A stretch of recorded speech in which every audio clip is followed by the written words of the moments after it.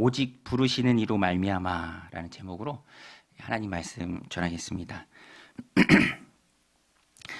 제가 군에 입대할 때 쬐끄맣게 가지고 있던 소망이 군대에 가면은 운전병을 좀 하면 좋겠다, 그런 마음이 있었어요. 왜냐하면 저는 운전하는 게 지금도 그런데 그렇게 피곤하거나 또 부담이 되거나 힘들지는 않습니다.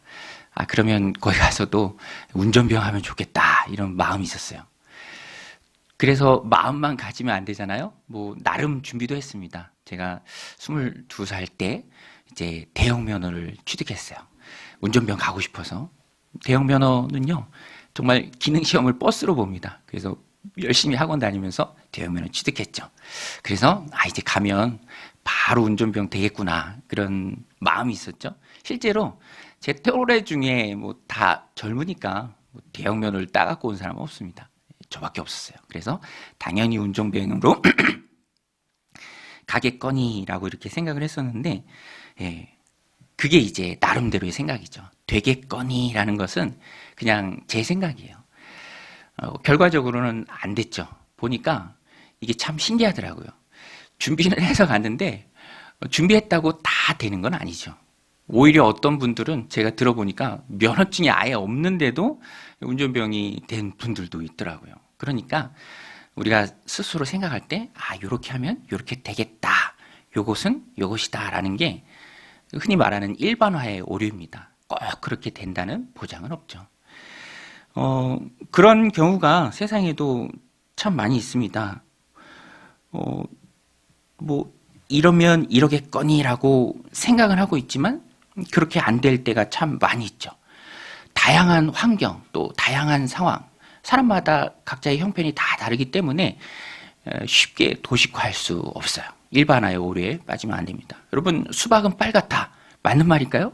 수박은 빨갛다. 네. 노란 수박도 있더라고요. 노란 수박도 있죠. 그래서 일반화의 오류를 조심해야 되는데, 신앙에 있어서도 마찬가지예요. 우리가 하나님을 알아가고 또 하나님을 배워가는 것이 믿음 생활, 신앙 생활이죠. 그런데 어떤 때에는 우리 스스로 하나님을 도식화해버려요. 내 경험에 의해서. 이러고 이러니 하나님이 이런 분이시다. 그런데 그것이 성경에 근거한 것이고 정말로 진리라면 상관이 없겠지만, 그 기반이 내 경험이라면, 보여지는 상황이라면, 환경이라면, 시대에 따라, 형편에 따라 바뀌어지는 것들의 신앙과 믿음의 근거를 둔다면 오류에 빠질 때가 많이 있습니다. 신앙적 오류죠. 오늘 본문에도 보면 바울 시대의 하나님, 또 하나님의 약속, 그것을 자기들 스스로 이해하고 생각했던 사람들이 좀 나오는 것 같아요. 바울 편지에 그것이 좀 드러납니다. 바울이 뭐라고 하냐면, 물론 상황은 그래요. 무슨 상황이냐면, 지난주 본문과 이어지는 말씀인데요. 지난주에 보면 유대인들이 스스로 하나님의 백성이고 또 하나님의 자녀들이라고 말은 하지만 정작 하나님이신 예수님에 대해서는 거부하잖아요. 예수님을 십자가에 못 박았죠. 예수님 부활하신 후에도 예수님을 믿는 사람들, 유대인은 일부였습니다. 대부분은 다 거부했어요. 바울 사역을 방해했습니다.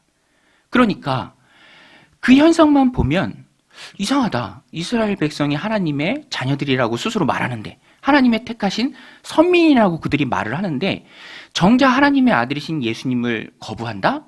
그러면 구약시대 이스라엘 백성들을 품고 그들에게 약속 주신 하나님의 그 약속이 폐하여지는 것 아닌가? 없어지는 것 아닌가? 너희는 내 백성이 되고 나는 너희의 하나님이 되겠다라고 하나님 말씀하셨는데, 신실하신 그 하나님의 약속이 취소된 것 아닌가? 라는 그런 생각을 가지고 있었습니다.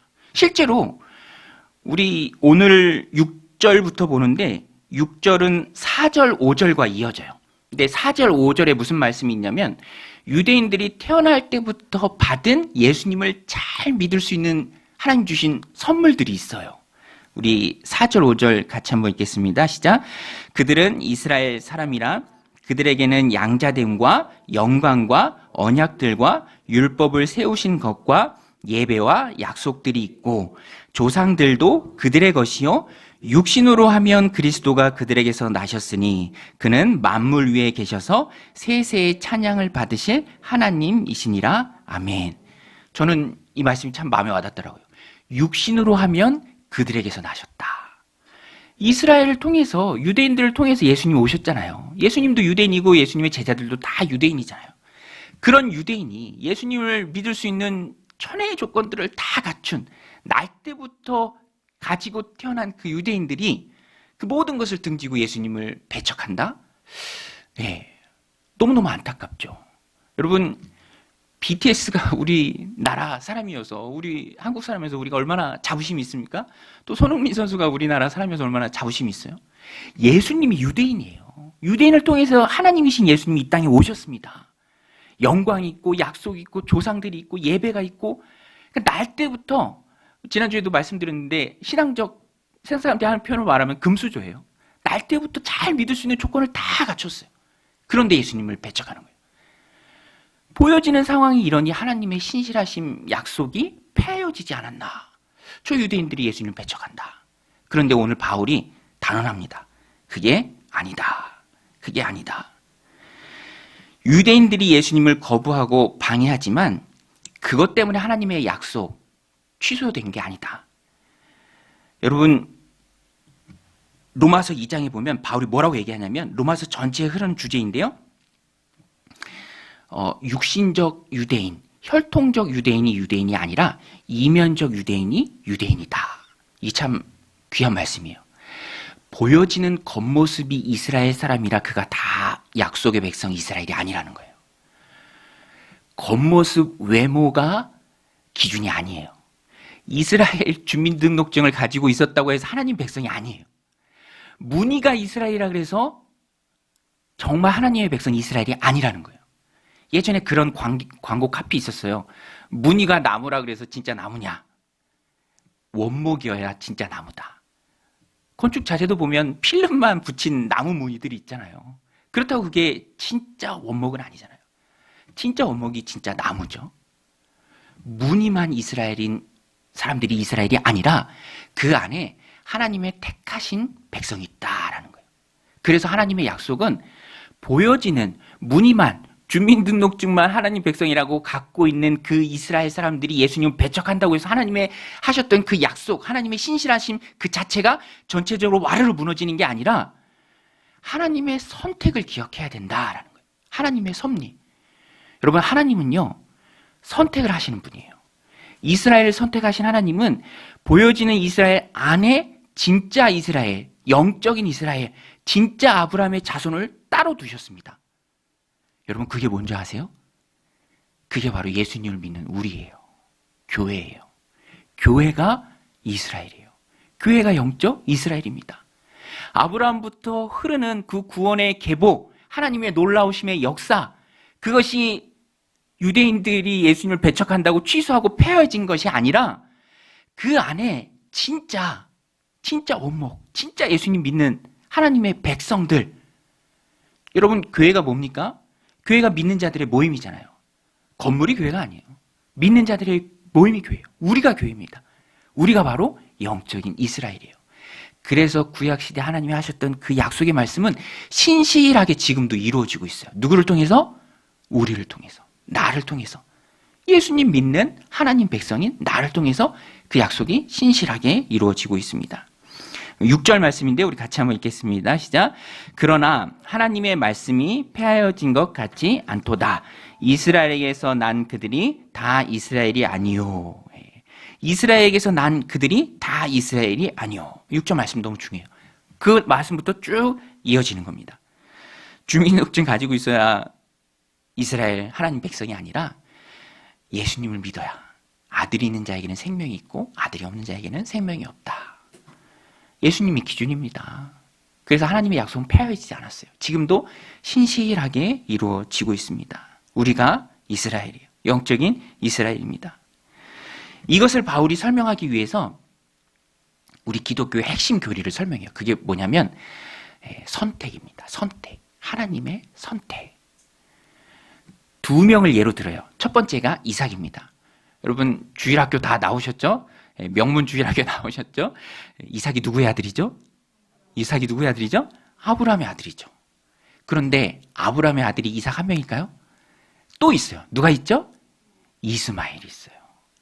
그런데 바울이 여기서 그 선택을 설명할 때 아주 정확하게 설명해요. 이스마엘은 육신의 자녀예요. 하나님이 약속으로 주신 자녀가 아닙니다. 그것은 인간적인 수단과 노력을 통해서 얻은 육신의 자녀예요. 하나님 약속의 계보는 언약의 상속자는 하나님 약속의 자녀인 이삭을 통해서 흘러갑니다.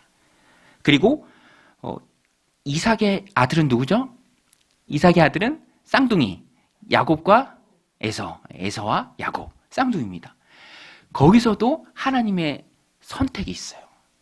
거기서도 하나님의 약속 언약의 상속자가 쭉 흘러갑니다. 이 두 가지 예를 하나님 선택을 설명하면서 바울이 언급합니다. 7절, 8절 우리 같이 한번 읽겠습니다. 시작. 또한 아브라함의 씨가 그의 자녀가 아니라 오직 이삭으로부터 난 자라야 내 씨라 불리리라 하셨으니 곧 육신의 자녀가 하나님의 자녀가 아니요 오직 약속의 자녀가 씨로 여기심을 받느니라. 8절 말씀의 육신의 자녀가 바로 이스마엘을 뜻해요. 그리고 약속의 자녀가 바로 이삭입니다. 그러니까 하나님의 선택은 이삭이에요. 하나님의 주권이죠. 하나님의 주인 되심입니다. 주권적 의지를 가지고 하나님이 선택하신 거예요. 그래서 육신의 자녀가 하나님의 백성이 아니라 언약의 자녀, 약속의 자녀인 이삭이 하나님 백성이 되는 거예요. 여러분, 이삭을 아브라함이 몇 세에 낳았죠? 100세에 낳았어요. 당시에 사라의 나이는 90세입니다. 있을 수가 없는 일이잖아요. 하나님이 약속하신 그 약속하신 것이 아브라함과 이삭 가운데 이루어진 거예요. 즉 하나님이 낳아주신 것입니다. 그것의 영적 의미가 하나님의 주권적 선택이 있다라는 거예요. 거기에 대해서는 우리가 순응해야 합니다. 하나님이 주권을 가지고 계신 분이기 때문에 이것을 바울이 설명하면서 이번에 더 확실히 설명하려고 이삭의 두 아들 쌍둥이죠. 리브가가 임신했을 때 쌍둥이 에서와 야곱을 가지고 또 하나님의 선택에 대해서 설명을 합니다. 이번엔 더 확실히 해요. 행위가 아니라 오로지 선택이에요. 왜 행위가 아니라 오로지 선택인가? 아직 뱃속에 있어요. 태어나지도 않았습니다. 나지도 않았어요. 선이나 악이나 행한 바가 없습니다. 그럼에도 불구하고 하나님이 행위가 아닌 것을 알게 하시려고 뱃속에 있을 때 큰 자가 어린 자를 섬기리라. 하나님이 말씀해 주셨습니다. 10절, 11절인데요. 이것도 우리 같이 한번 읽겠습니다. 그뿐 아니라 또한 리브가가 우리 조상 이삭 한 사람으로 말미암아 임신하였는데 그 자식들이 아직 나지도 아니하고 무슨 선이나 악을 행하지 아니한 때에 택하심을 따라 되는 하나님의 뜻이 행위로 말미암지 않고 오직 부르시는 이로 말미암아 서게 하려 하사. 행위로 말미암지 않고 오직 부르시는 이로 말미암아 하나님의 뜻이 선택에 의해서 정해지는 것. 그것을 너무너무 잘 보여주는 게 바로 야곱과 에서의 사건입니다. 하나님이 나지도 않았을 때 이미 선택하셨죠. 그러니까 선이나 악이나 행한 것이 없어요. 여러분, 우리가 하나님 백성이 될 수 있는 것은요, 행위가 아니라 하나님이 부르셨기 때문인 줄로 믿습니다. 행위가 아니라 은혜인 줄로 믿습니다. 하나님의 주권적 선택이에요. 점 찍어서 부르신 거예요.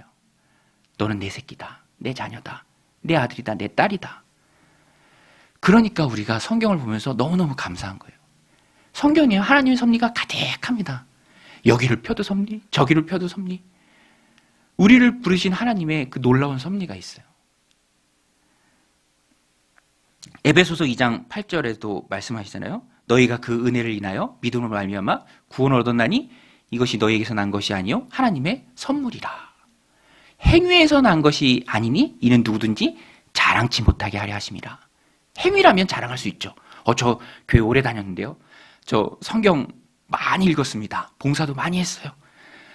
새벽재단 쌓은 거 다 아시잖아요. 이렇게 자랑할 수가 있어요. 그런데 그게 아니에요. 하나님의 주권적 선택이에요. 나지 않았을 때, 선이나 악이나 행하지 않았을 때예요. 행위가 아니라 은혜다라는 것입니다. 행위가 아니라 은혜죠. 그래서 11절 말씀 보면 부르시는 이로 말미암았다라는 거예요. 부르시는 이로 말미암았다. 이것을 극명하게 너무나 선명하게 잘 보여주는 예가 바로 이삭과 야곱이에요. 이삭과 야곱. 행위가 아니다 부르시니이다. 그런데 하나님께서는요, 제가 이렇게 설교하는 이유도 그거예요. 이걸 하나님이 알기를 원하세요. 그래서 말씀 속에 하나님의 선택에 대해서, 하나님의 그 오묘하신 섭리에 대해서 참 많이 기록하고 있습니다. 그리고 바울도 이것을 편지에 썼고요. 저도 오늘 이 시간을 통해서, 말씀을 통해서 여러분들에게 메시지를 정하는 거예요. 하나님은 알기를 원하세요. 하나님이 우리를 선택하신 것, 하나님이 우리를 사랑하셔서 자녀 삼아 주신 것. 오늘 본문에도 보면은 이삭이 태어날 때도 한 1년 전쯤 하나님이 미리 아브람과 사라에게 말씀을 해주세요. 그리고 리브가가 두 아이, 쌍둥이를 뱃속에 태중에 가지고 있을 때도 리브가에게 말씀해 주십니다. 하나님은 이끄시는 분이고 그 이끄심에 우리가 순종하며 따라오기를 원하세요. 하나님의 뜻은 감춰져 있지만 여러 가지 경로를 통해서 하나님이 그것을 보여주십니다. 그것을 신학적인 용어로 계시라고 하죠. 감춰져 있는 것들을 드러내시는 거예요. 말씀을 통해서, 기도할 때 성령의 감동을 통해서, 말씀을 보는 중에 여러 가지 경로를 통해서 하나님 말씀해 주세요. 오늘 본문에도 보면 9절과 12절에 나옵니다. 하나님 미리 말씀해 주시는 거예요. 이것도 우리 같이 한번 읽겠습니다. 시작. 약속의 말씀은 이것이니 명년 이때에 내가 이르리니 사라에게 아들이 있으리라 하심이라. 우리 12절에도 보면 리브가에게 이르시되 큰 자가 어린 자를 섬기리라 하셨나니. 저는 이 말씀 보면서 정말 확실하게 깨닫게 되었습니다. 하나님은 하나님의 뜻을 우리에게 여러 경로를 통해서 알려주십니다. 그것은요, 우리가 준비되고 또 순종하는 마음으로 그 하나님의 이끄심을 인정하며 그 주권에 순복하며 그것을 따라가기를 원하시는 거예요. 준비되기를 원하시는 거예요. 요셉도 갑자기 팔린 것 같지만 뭐 워낙에 큰 하나님의 그림이기 때문에 다 알 수 없지만 미리 꿈을 보여주셨어요. 2번이나 보여주셨습니다. 그 꿈과 함께했던 시간이었어요. 마리아에게도 가브리엘 천사를 보내주시면서 수태고지를 하시잖아요. 지키 높은 이의 능력이 너를 덮을 때 네가 아들을 낳으리라. 결혼하지도 않았지만 그 말씀을 아멘으로 받았습니다. 주의 여종이 오니 주 뜻대로 되리이다. 주님 원하시는 거예요. 알게 하십니다. 보여주세요. 깨닫게 하시고 이끄심을 순복하며 따라오기를 원하시는 분이 바로 주님이세요. 그래서 오늘 본문에 보면 이렇게 하나님이 말씀해 주세요. 대상에 제한이 없죠. 저는 참 말씀을 보면서 명년 이때 내가 다시 이르니 사라에게 아들이 있으리라. 예. 근데 아브라함은 99세, 그죠? 사라는 89세. 꼬꼬 할머니 할아버지 아닙니까? 하나님의 말씀은요, 정말 위대합니다. 대상을 안 가려요. 상황을 가리지 않아요. 모세에게 하나님 주신 말씀이 뭡니까? 그 넘실거리는 홍해 파도를 앞에 두고 지팡이 들어라. 바다가 갈린다. 요단강 앞에 두고 이스라엘이 건너야 하는데 그 1년 중 수위가 가장 높을 때 제사장들이 언약궤 메고 건너라고 말씀하시잖아요. 뭐 수위가 높든지 그것이 바다든지 뭐 나이가 많든지 하나님은 하나님의 능력에는 한이 없기 때문에 대상과 상황과 환경과 형편을 가리지 않습니다. 그리고 우리에게 그 말씀을 주시는 거예요. 그리고 우리가 믿음으로 그 말씀을 따라오기를 원하세요. 준비되기를 원하세요. 여러분, 하나님이 우리의 인생을 이끄시는 줄로 믿습니다. 우리가 하나님의 섭리 가운데 있습니다. 하나님이 우리의 인생을 이끄세요. 당겨주시는 거예요. 그것을 우리가 전제할 때 모든 것이 하나님의 섭리고 주권이다 인정할 때 오늘 우리의 신앙의 태도는 어때야 할까? 제가 2가지로 좀 적용했으면 좋겠는데요. 어렵지 않습니다. 쉽습니다. 첫 번째는 섭리를 믿으라라는 거예요. 우리 한번 따라해 보겠습니다. 섭리를 믿으라. 여러분, 세상에 우연은 없어요. 모든 것이 다 하나님의 섭리입니다. 하나님 허락하시지 않으면 참새 한 마리도 땅에 떨어지지 않아요. 세상의 진짜 주인은 하나님이세요. 우리가 그것을 믿어야 합니다. 믿되 마음으로 믿고 또 의지적으로 믿어야 돼요. 심정적으로도 믿어야 됩니다. 그래서 세상에 어떤 일을 봐도 우연은 없고 그것은 다 하나님이 이끄시는 것이다. 고난 중에도 이 믿음을 잃지 말아야 돼요. 그래야 견딜 수 있다라는 것입니다. 우리 11절 말씀인데요. 우리 한 번 더 읽겠습니다. 시작. 그 자식들이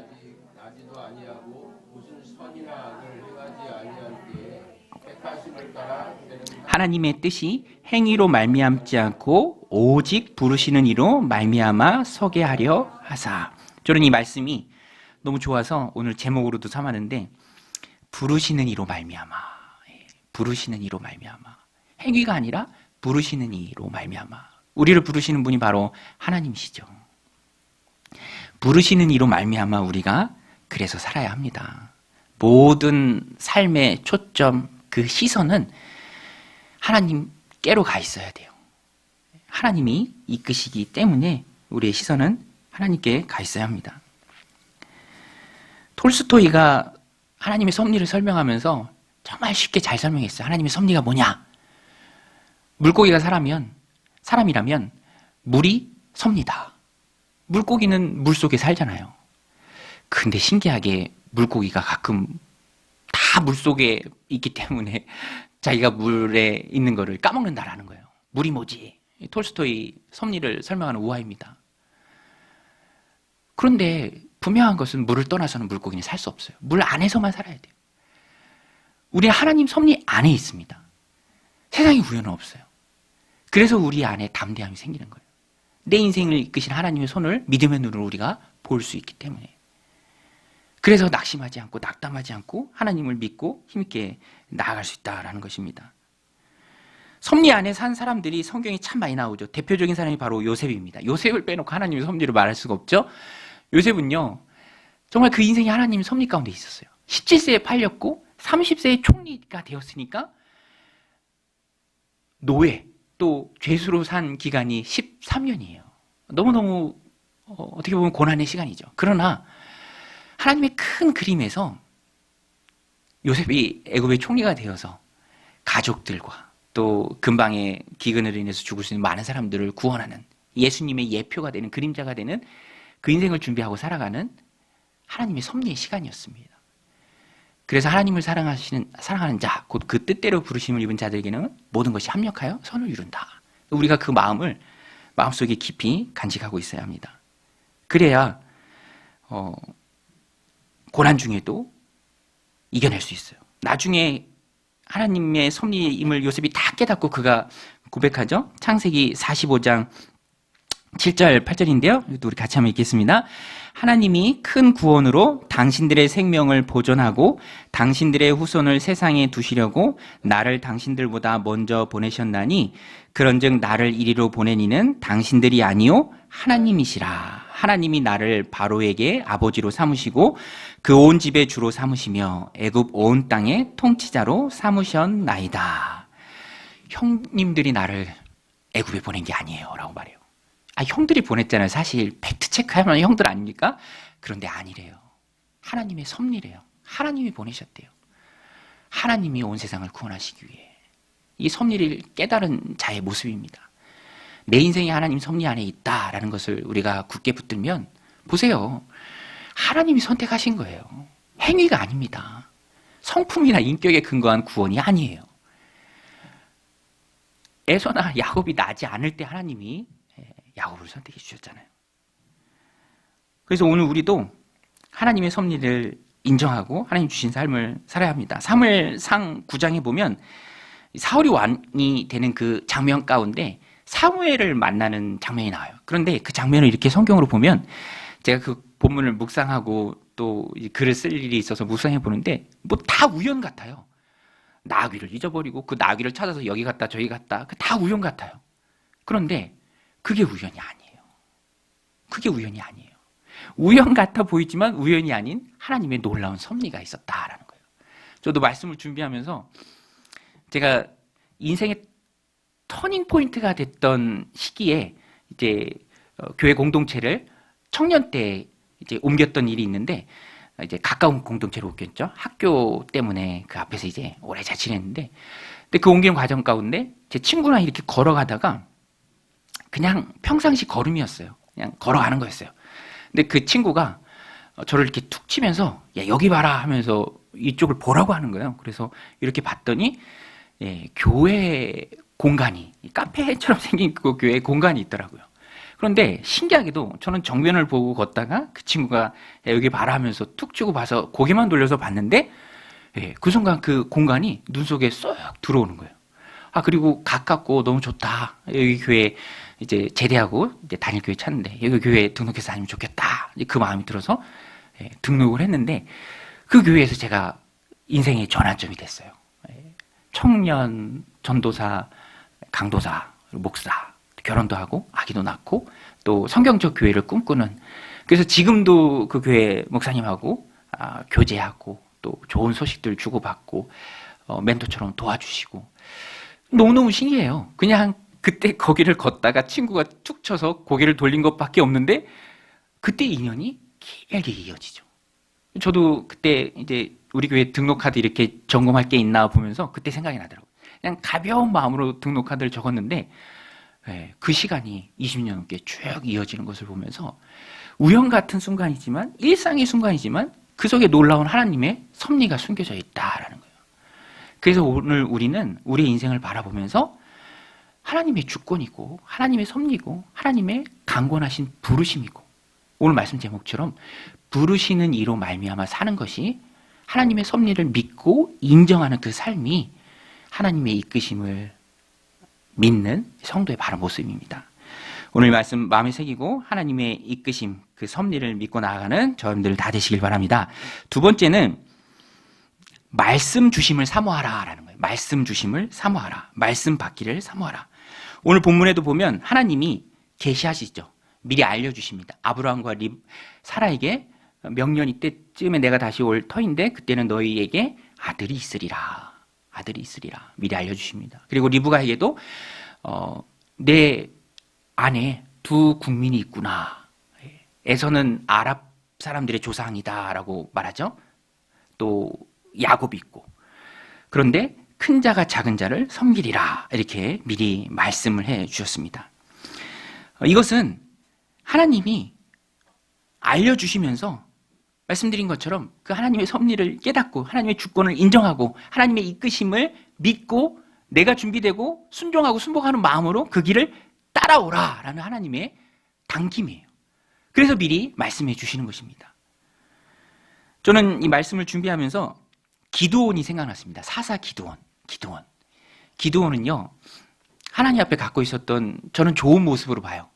말씀 받기를 사모하는 마음이 있었어요.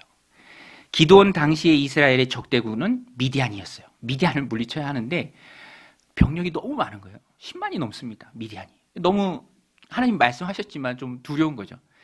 그때 기드온이 추구했던 것은 더 확실한 말씀, 그것을 추구했어요. 그래서 기드온이 집중했던 게 양털 뭉치죠. 양털 뭉치. 하나님, 내가 정말 사사로서 이스라엘 군대를 이끌고 나가서 저 미디안을 무찌르기를 원하신다면 하나님 날 도우실 것이라는 것을 확신 가운데 주옵소서라며 양털을 한 뭉치 이렇게 두고 양털에만 이슬이 맺히게 해주세요. 이렇게 기도를 해요. 양털에만. 말씀 받기를 원하는 거죠. 이 양털이 말씀이에요. 하나님 메시지입니다. 근데 다음날 보니까 진짜 양털에만 이슬이 잔뜩 맺히는 거예요. 이렇게 쭉 짜보니까 물이 한 움큼 나오는 거예요. 그런데 기드온이 더 말씀 받기를 소원해요. 더 말씀 받기를 소원해요. 저는 좀 긍정적으로 봐요. 확신 가운데 일하고 싶은 거예요. 하나님, 이번에는요, 양털을 제외하고 주변에만 이슬이 내리게 해주세요. 그런데 다음날 하나님이 양털을 제외하고 그 주변에만 이슬이 내리게 하십니다. 그리고 기드온이 확신을 가져요. 힘을 가집니다. 그리고 10만이 넘는 미디안의 대군을 무찌르죠. 여러분, 세상을 이기는 힘은 어디서 옵니까? 하나님의 말씀에 있는 줄로 믿습니다. 그 말씀을 받아야 돼요. 하나님, 내 인생에 꼭 필요한 말씀 주옵소서. 내 인생의 뿌리가 되는 그 귀한 말씀을 주옵소서. 우리도 하나님 앞에 간구해야 합니다. 그때 하나님이 우리에게 말씀을 주실 때 우리가 이길 수 있습니다. 우리 한번 읽죠. 사사기 6장 36절입니다.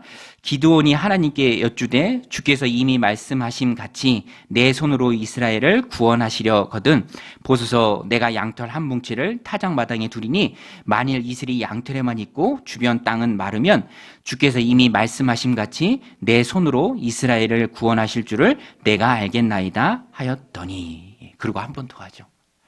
말씀을 사모하는 모습이고요. 그 말씀 가운데 힘이 있었고 또 그 말씀 가운데 이길 수 있었습니다. 말씀을 받으면 담대해집니다. 우리 새벽마다 매일 성경으로 이제 새벽 예배 때 말씀 나누는데 거기도 보면 어제 그제 이렇게 다니엘 나오죠. 다니엘이요 정말 엄청난 도전에 맞닥뜨립니다. 느부갓네살 왕이 폭군이에요. 아나무인입니다. 자기 눈 아래 사람이 없어요. 막무가내입니다. 요셉은 그래도 바로가 꿈이라도 얘기해주고 해석해달라고 했죠. 그런데 다니엘에게는요 꿈도 맞춰봐. 꿈도 맞추고 꿈에 대한 해석도 보여봐. 이게 시험으로 치면은 시험 문제를 맞히는데 지문을 안 보여주는 거예요. 그리고 지문이 뭔지 네가 알아서 하고 그 지문에 대한 답도 맞춰봐. 근데 하나님이 요셉에게 이 다니엘에게 말씀해 주세요. 지혜로 채워주십니다. 그래서 요셉이 다니엘이 알게 됩니다. 그리고 그 마음 가운데 담대함이 생기죠. 나를 왕 앞으로 인도하라. 왕이시여 내가 왕이 내신 그 꿈을 알려주지도 않은 그 꿈을 내용도 말하고 그 꿈의 의미도 해석하겠습니다. 담대함은 하나님 말씀에서 오는 거예요. 말씀이 흔들리지 않는 담대함을 우리에게 줍니다. 저는 또 요셉도 아까도 말씀드린 것처럼 하나님의 섭리를 깨닫고요. 그 다음에 요셉이 형들을 일단 먼저 돌려보내잖아요. 형들에게 자신이 요셉인 걸 밝히고 아버지랑 가족들 다 데리고 오시라고. 그때 형들한테 이런 말을 해요. 저는 그 부분이 참 마음에 와닿습니다. 뭐라고 얘기하냐면 형님들 길 가다가 싸우지 마세요. 이렇게 얘기해요. 길 가다가 싸우지 마세요. 요셉은 섭리를 깨닫고 평안이 있지만 이 형들은 싸울까 그것이 걱정된 것을 요셉이 또 좋은 관계 가운데 이제 형들한테 얘기하는 거예요. 그러니까 말씀이 임하면 담대함도 임하고요. 좋은 관계도 임합니다. 말씀은 하나님의 말씀이에요. 그래서 하나님의 사랑, 하나님의 은혜, 하나님의 평안이 그 말씀 가운데 가득합니다. 그 말씀을 곱씹고 새기고 또 마음 가운데 충만히 쌓아두면 그 말씀이 관계에서도 평안을 가져와요. 하나님과의 관계, 이웃과의 관계에서도. 요셉이 그것을 잘 보여주고 있죠. 그리고 말씀이 충만한 요셉이 나중에 아버지 야곱을 만나죠. 고센 땅에서 만나잖아요. 20년이 넘게 흐른 다음에 만나는 거예요. 사실 야곱은 요셉이 그동안 죽은 줄 알았잖아요. 그런데 죽기는커녕 당시 초강대국 제국 애굽의 2인자 아닙니까? 넘버 2 아닙니까? 그러니까 너무 축복된 일이잖아요. 그때 야곱이 요셉을 안으면서 이제 죽어도 좋다 이렇게 말합니다. 이제 죽어도 좋다. 여한이 없다. 그 오랜 기간 요셉의 입장에서는 아버지를 보지 못한 20년 넘는 그 기간 버티고 인내하고 또 견딜 수 있었던 힘이 바로 말씀에 있다라는 것입니다. 말씀에 있다. 아모스 8장 11절에 보면 말씀이 얼마나 중요한지 말씀이 없을 때 사람들이 기갈하여 쓰러진다라고 말합니다. 주 여호와의 말씀이니라 보라 날이 이를지라 내가 기근을 땅에 보내리니 양식이 없어 주림이 아니며 물이 없어 가람이 아니요 여호와의 말씀을 듣지 못한 기갈이라. 여호와의 말씀을 듣지 못한 기갈이라. 그 기사 보니까 200시간 넘게 갱도에 갇혀 있다 구원받은 사람들 나오더라고요. 그분들이 이제 견딜 수 있었던 이유도 그래도 그 안에 공기도 있고 물도 있었다라는 거예요. 기갈하여 쓰러지지 않고 커피 믹스 가지고 버티면서. 그런데 영적으로 지금 우리가 살아가는 시대가 그와 같지 않은가라는 생각을 합니다. 말씀이 있어야 돼요.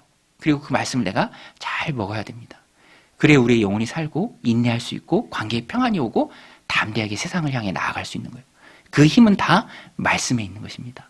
그래서 우리는 말씀 받기를 사모해야 되고 말씀이 선포되는 자리를 소중히 여기고 말씀 안에 우리를 두어야 합니다. 그때 하나님의 이끄심을 분별하고 바르게 따라갈 수 있다는 것입니다. 저도 하나님이 말씀을 주시는데요. 오래전에 읽었던 책이 떠오르더라고요. 제자입니까? 라는 책이에요. 제자입니까? 후안 까를로스 목사님이 쓰신 책인데 거기에 보면 이 목사님이 정신없이 일하다가 하루 16시간 일하다가 그래서 어느 정도의 열매는 있었겠죠. 근데 몸은 지치는 거예요. 잠시라도 손에서 일을 놓으면 막 불안에 떠는 거예요. 이게 또 이러다가 어떻게 되는 거 아닌가. 그래서 시간을 내고 기도원에 들어가서 기도하는 중에 하나님이 마음 가운데 그 말씀을 주셨어요. 너는 코카콜라 회사가 코카콜라를 파는 것과 같은 방식으로 리더스 다이제스트사가 잡지와 책을 파는 것과 똑같은 방법으로 복음을 전하고 있다. 학교에서 배운 술수만 쓰고 있을 뿐 내가 하는 일에는 나의 손길이 전혀 드러나질 않는다. 저도 목회를 하면서 뭐 세상에 여러 가지 그런 사람 끌어모으는 좋지 않은 의미의 사람을 막 끌어모으는 그런 인간적인 방법들도 있기도 하죠. 그러나 하나님이 원하시는 방법, 그리고 하나님이 기뻐하시는 방법, 그리고 정말로 영혼 구원하는 그 방법, 건강한 방법, 그 방법, 그 목표, 성경적인 목회, 그쪽으로 나가야 한다라는 그 말씀을 주시면서 또 이런 책의 내용도 하나님이 생각나게 하십니다. 여러분들의 삶은 어떠십니까? 우리의 삶 가운데 시시때때로 일마다 때마다 주시는 그 하나님의 말씀이 있다면 내가 길을 잃지 않고 하나님 원하시는 그곳으로 힘있게 나아갈 수 있다라는 것입니다. 오늘 이 말씀 마음에 새기고 하나님께 말씀 받기를 사모하는 능력의 종들이 다 되시기를 주님의 이름으로 간절히 축원드립니다.